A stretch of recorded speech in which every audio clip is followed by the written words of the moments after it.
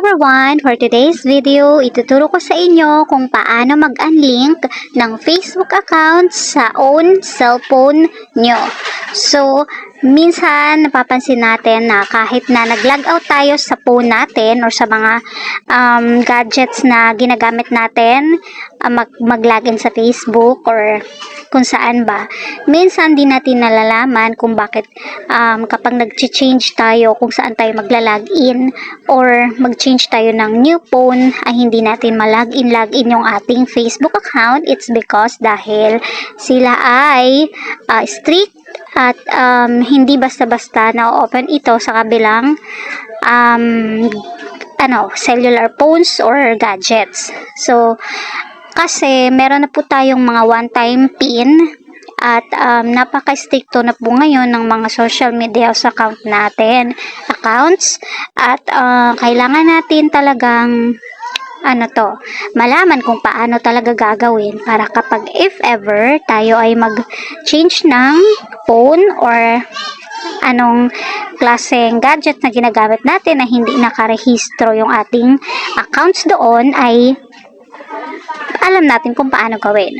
So, ito yung paraan kung paano natin gagawin. Okay, so for example, itong Facebook. Meron kasi sa atin ang hindi ma-open ito sa kabilang phone o sa ibang gadget. At kapag po kasi tayo ay mag-change ng new cellphone at yung ating Facebook account ay gusto nating open doon sa kabila, hindi po natin basta-basta ma-open yun if yung cellphone natin at yung account natin ay nakalink sa isa't isa or nakarehistro sa ibang phone. So, yung kailangan natin gawin ay pumunta tayo dito sa ating settings. Click natin itong settings. At pagkatapos ay, so para matanggal natin yung ating connected account sa ating old phones or sa mga old gadgets natin. So, kailangan lang natin pumunta dito sa ating example, itong Facebook, ditong settings. Punta tayo dito sa ating account center.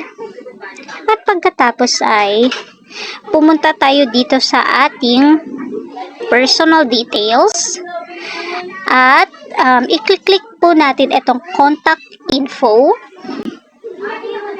At ito po ay makikita natin dito yung mga contact informations.